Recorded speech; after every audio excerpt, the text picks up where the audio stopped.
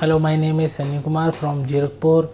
मैं एक army person हूँ। मुझे डिजिटल मार्केटिंग का क्रेज़ है, लेकिन मुझे कुछ सोर्सेज नहीं मिल रहे थे। मैंने सर्च किया नेट के ऊपर, मेरे को वेब ऑपर एकेडमी सबसे बेस्ट लगी और मैं नया ज्वाइन हुआ हूँ। मेरे को कुछ टाइम हुआ है, बट मैंने देखा यहाँ पे कि लोग कैसे इस कोर्स के थ्रू डिजिटल मार्केटिंग के किस किस प्लेटफॉर्म से पैसा कमा सकते हैं और कमा भी रहे हैं।